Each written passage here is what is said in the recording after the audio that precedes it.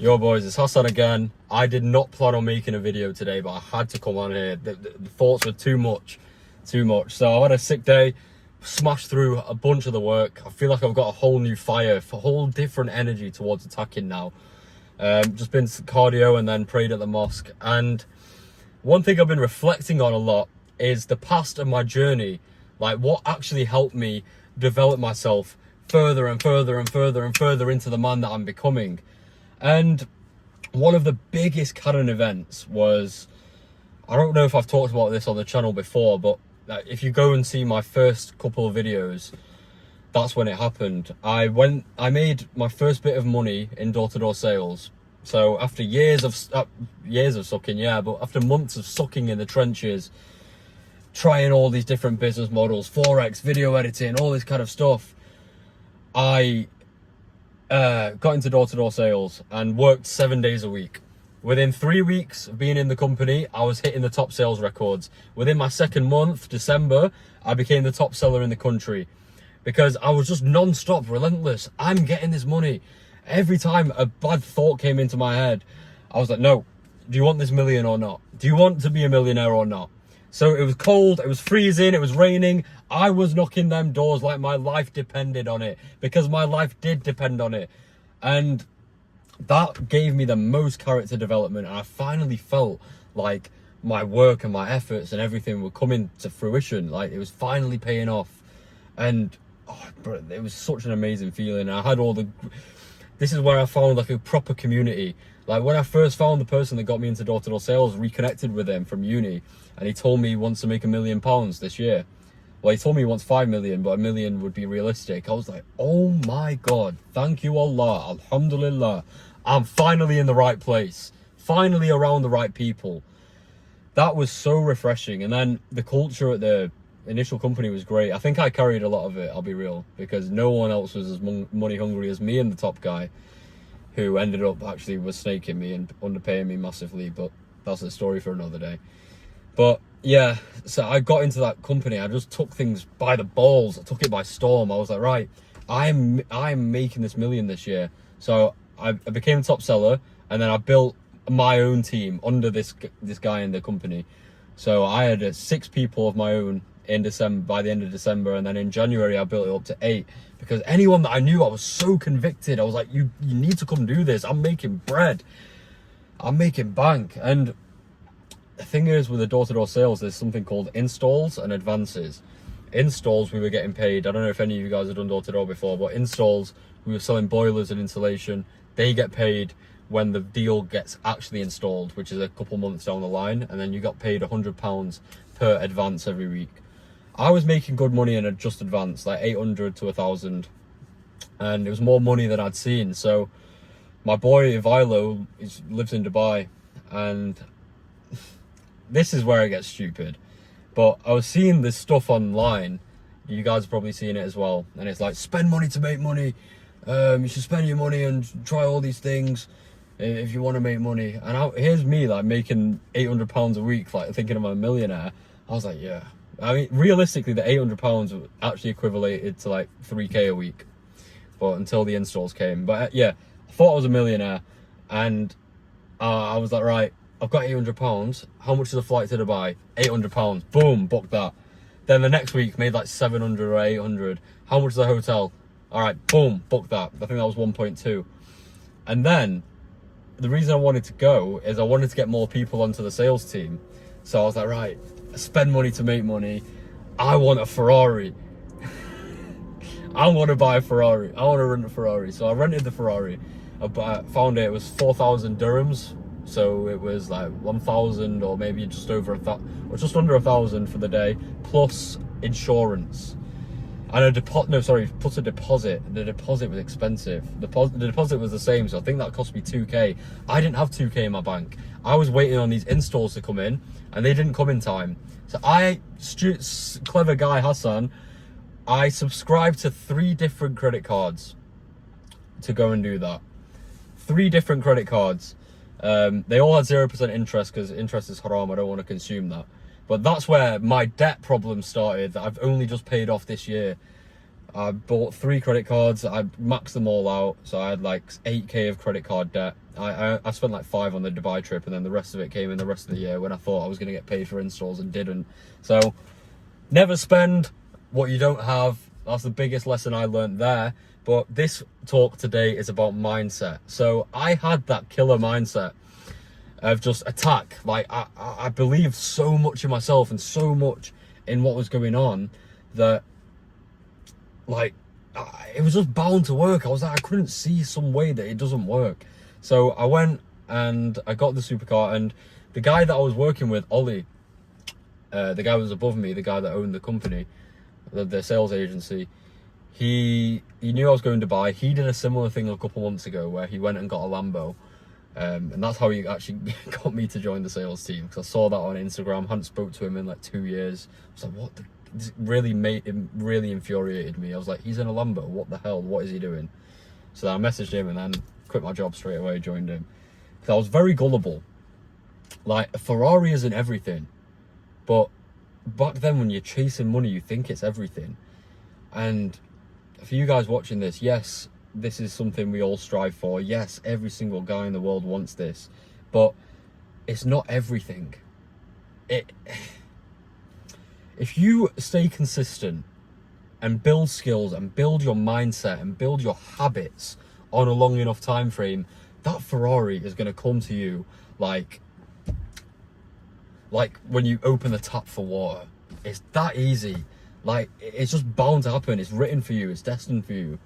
But it all stems from the habits and becoming that man. And when you don't have money and you're impressed just by shiny objects, you're prone to manipulation. I was very prone to manipulation then. But still, I thought it was a good idea. So, maxed out my credit cards, bought that Ferrari, rented the Ferrari, and we were going to Abu Dhabi for a day as well.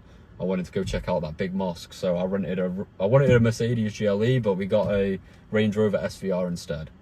And I had this expensive Dubai trip planned out, and I was spending money like it was nothing on dinners, on all of this kind of stuff, because I just wanted to know what it was like to live this life, and I believed that I was going to have this life.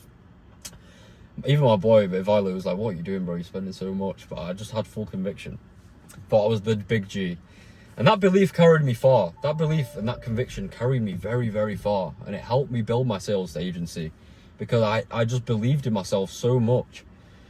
But this is going to bring me to the point of, so Ollie knew a guy, Victor, and when Ollie went to Dubai, he met up with Victor. He knew him from door-to-door sales, but then Victor had an e-commerce company, and in the recent years, he's become a millionaire.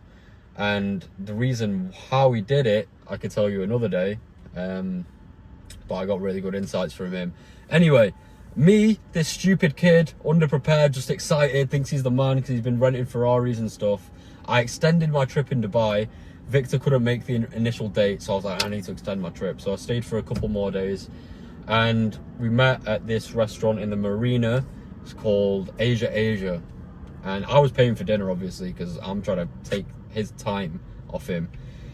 So we go for dinner. I'm there. I'm just like all bubbly and excited.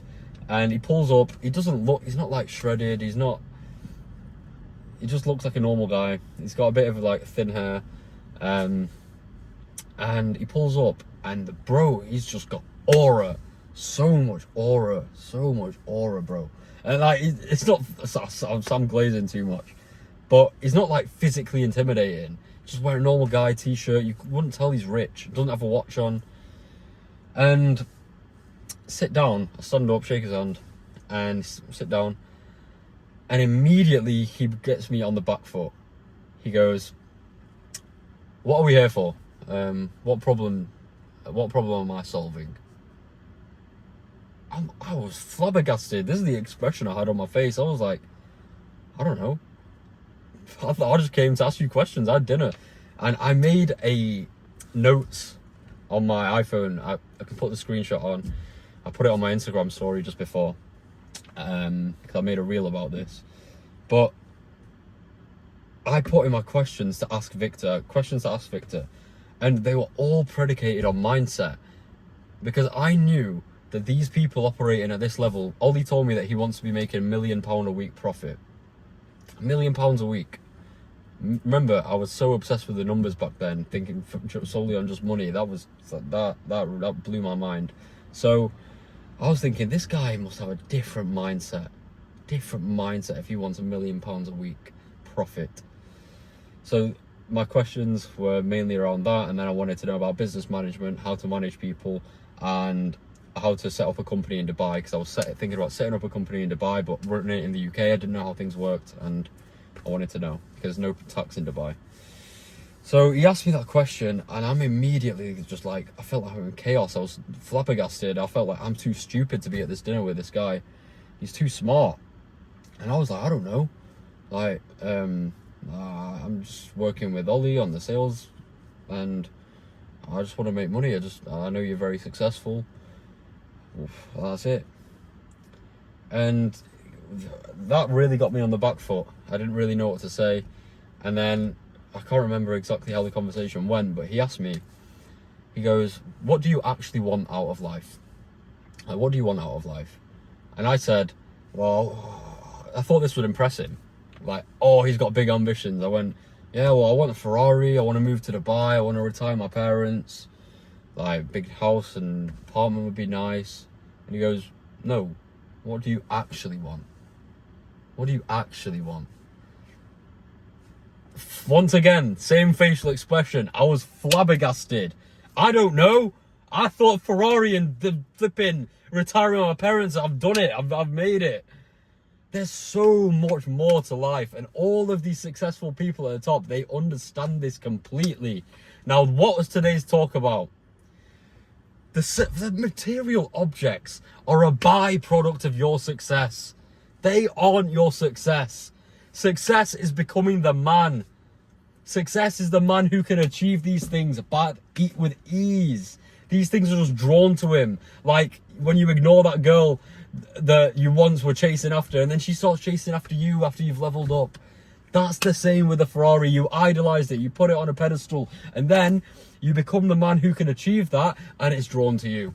It falls in your lap. Because these things are a byproduct. They're an accessory to you once you make it. Once you make it. Not like, oh, the Ferrari's everything. I thought exactly the same, and I'm sitting in my Audi A3 right now. I'm not in a Ferrari, but I know through my self-development and my self-habits and through all of these things, I will have the Ferrari, but I don't want just that right now. All I want is the growth. Because the most fulfillment and the most success I've ever had in my life was through the growth. And through this whole conversation and this whole dinner with Victor, I realized he was the same. He wasn't in the maddest shape, but he stayed consistent in the gym. The guy was my age. I was 22 when I meant to meet him, and I think he was 23. He's married, telling me about his love story. He seemed so like at ease in his head. He was like, I was like, after like an hour of him grilling me and making me realize I'm not shit, I was like, so what do you want, Victor? And everyone has a different approach to life, and his thing was, I want to be able, he wants like to be a billionaire. He's like, I want to be able to walk past the skyscrapers in New York, and I want to be able to look at them and just think, yeah, I could buy that, but not buy it. The guy's taps, bro. The guy's crazy. I want the material things. That's me. I want them. But some people don't want them. And I will not understand that mindset. Because I know it gets to a certain point where you're like, oh yeah, I could have it, I don't want it. But I still want them. I don't want to just hold on to my wealth, because I don't care about the wealth. I care about the experiences. I care about the impact I can make on the world. I care about the status. I'm not going to lie. The impact on the world is massive. I want to show people that you can become successful with being religious, whilst being religious. And Islam is that one thing that's helped me get to this point. Nothing else. Allah is all due to Allah. And I want to show people that poverty is not piety is a massive thing for me. But yeah, some people just want to hoard their wealth like that. I think he just loves the game. That's his whole mindset. But the way he thought was on such an abstract level where I couldn't comprehend a lot of the things he was saying. He was like, And I think I could have a better conversation with him now. This is a year ago. I knew nothing. I was still recovering from all the drugs in my brain. But he was like, yeah, so I've got... You know a guy's serious when he starts getting a napkin out. He asked the waiter for a napkin and started writing stuff. But he took me through some like models with business, like how to constantly like evaluate your processes, always make them better. He had a framework called More, Better, New. I might make a different video on that, but because today's about mindset. And he was talking about how he evaluates the level to which he loves people in his family, like on a scale. How much do I love my mother? Oh, right, well, she did this and this for me. Maybe it's a 6 out of 10, it's 7 out of 10. I was like, what the hell is wrong with this guy? All I know is I love my mum. I want to do anything for her. Bro's got a flipping scale for it. Bro thinks on a different level. I really admire this guy, because we're not exactly the same. Like I'm like fitness, mindset, let's go win, all this kind of stuff. And this guy just wants to be good at business. This guy just loves the game. And so do I. So do I now more than that. But back then we weren't alike. I was just flabbergasted by this man. But all the top guys, they have this in like common. Tate, all of these flipping people, everything's built on mindset. Tate calls it the G mindset. And my take on mindset is that yes, you can have a good mindset. And my mindset was mainly fueled through pain, but it was also fueled through when I was a kid. And you guys need to do this for yourself. Think about this. When I was a kid, I was a high performer. So fresh out the womb, I could read like the Quran in like when I was the age of 1 or 2. And my parents would always praise me for how smart I was and how much I could achieve. And my dad had goals for me to be a doctor, obviously, because he's Pakistani. That changed as we grew up. And everyone was just praising me. I remember when I was 10 years old or 11, my uncle, he showed me a Bugatti Veyron. That was the car at the time. And I used to know all these car facts. I used to know all these football facts. Everyone would praise me for my memory and like how I could regurgitate information. And that's where my ambition stemmed from, because I always knew I'd be successful. I always knew. I just didn't know how. And I watched Wolf of Wall Street. I was looking into like stock market when I was a kid. And then obviously all the degeneracy and the drugs and the bad environment ruined that.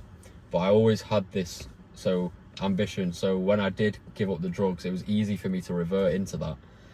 But habits mindset, and a good mindset comes from your daily habits, the things that you instill every single day. And the main thing that instills good mindset is through fitness. Because through your fitness, you are consistently showing up every day, physically exerting yourself, mentally exerting yourself, because a lot of the time you don't want to do those things. A lot of the times you don't want to go train. It's early in the morning. You don't want to do this and that. You've got so much else to do. If your mindset's at the point where you're wanting to make money, fitness sometimes you think is, it's a burden. I could go make more money in that time. So fitness is the number one key trait of discipline, which leads to good habits, which leads to a top mindset. And you can only get as far as your mind wants you to go. So I've talked about this a lot before with like visualization, but if you truly believe you can do something, truly believe it, you can do it. And it's like what I talked about, the whole conviction thing with the sales. Like I truly believed I could be the best, and I was the best. Truly believed I could start an agency, and I was the agency. I built the agency. Truly believed I could get to Dubai in like 4 weeks and then boom, get the Ferrari. I envisioned it all happening because of my mind. And why was my mindset so good at that time? Because I was keeping the promises to myself. I was training 7 days a week. I was in the gym 7 days a week, and I was hitting the doors 7 days a week. And when I wasn't in the gym and on the doors, I was texting people trying to recruit them onto the sales team. I used to go to the Trafford Centre. It's one of the shopping centres in my city. And I used to recruit people after work or on the weekends. Just cold approach. Bro, I did not give a crap. No holds barred. Get rich or die trying. That was my whole mindset. And it was all predicated on mindset. I always knew the top guys, it was all about mindset. So then I took some of the top mindsets that Victor taught me, and I started looking at things more analytically. But then I also got caught up in like this whole thing of like do more, think less, and that's what helped me be ultra productive, like super productive. Like no one had my level of output, but it hindered my strategic thinking a bit. I think as your prefrontal cortex fully develops, you start thinking better. But I had to go through all of that, all of the pain, all of the struggle, all of just the mess of the sales team and not getting paid for a year for me to start making better informed decisions. And back with mindset again, my mindset deteriorated with the sales team last year when we stopped getting paid, and I had to retain the team for a year without getting paid. When my gym workouts got worse, when I stopped caring about all my other habits and I only obsessed about money like a flipping idiot. I thought I was getting good at obviously running a sales team, and I was, but I was getting fat. I was getting so fat and out of shape, and I'd be in the gym for half an hour of unfocused work training whilst typing on my phone, thinking about the meeting for tomorrow and texting the people that were handling the deals and on calls. Like, as soon as I let those habits consume me, the bad habits, my mindset didn't get as good and I didn't think as sharp, and I let the sales team suffer. And that's the main reason probably we didn't get paid, because if I was still in that sharp as attack mindset, I would have thought of a solution sooner, but it took me months too late because I was easily manipulated by the money. So boys, I'm going to go more in depth about this another day, but don't let money fully control you. Focus on becoming the man. Focus on instilling the right habits, the right mindsets, the right frameworks, and right skill sets. Keep the gym as a priority. Everything's built on mindset, and then fitness is a key proponent of that. And then you want to speak to the right people, make your environment correct, and just always be learning and implementing more, because knowledge is nothing without application. When you learn something, implement it. But yeah, Victor made me realize that what I actually want is much bigger than just money. And I've more recently come to these conclusions again. I want to make a real lasting impact on the world, guys. Real lasting impact, because I know that I was meant for more. I think I can really shift the world, and I know you guys can really shift the world. Because if you are watching videos like this, you're the same as me. You're the same as me, because this is exactly what I was doing.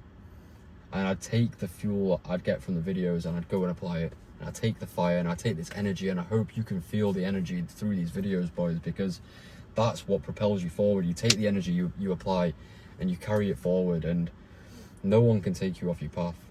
Once you fully focus on the mindset, fully focus on the habits, fully focus on the development, and don't let these habits go for the love of money, because it will come back to bite you and you will not make any money. The more I doubled down on making money, the less I made. But it's January this year when I started focusing on my habits again, my gym, my progress, my knowledge. I started listening to audiobooks again, podcasts, implementing the information. February hit my 10k month. March, Ramadan, when I was the most God-fearing, alhamdulillah, 14k month. Boom. And I think April wasn't as good. I think it was at 8k. But we got this consistently coming through now. And it's all thanks to Allah, and it's all thanks to the right mindset, the right habits. So everything's built on that, boys. I'm going to go more into depth about this, but I had to talk about this Victor thing. It was on my mind too much. Love you, boys. Stay aggressive, stay pushing hard, keep pushing. Don't let anyone tell you can't do anything, and stay militant towards your goals.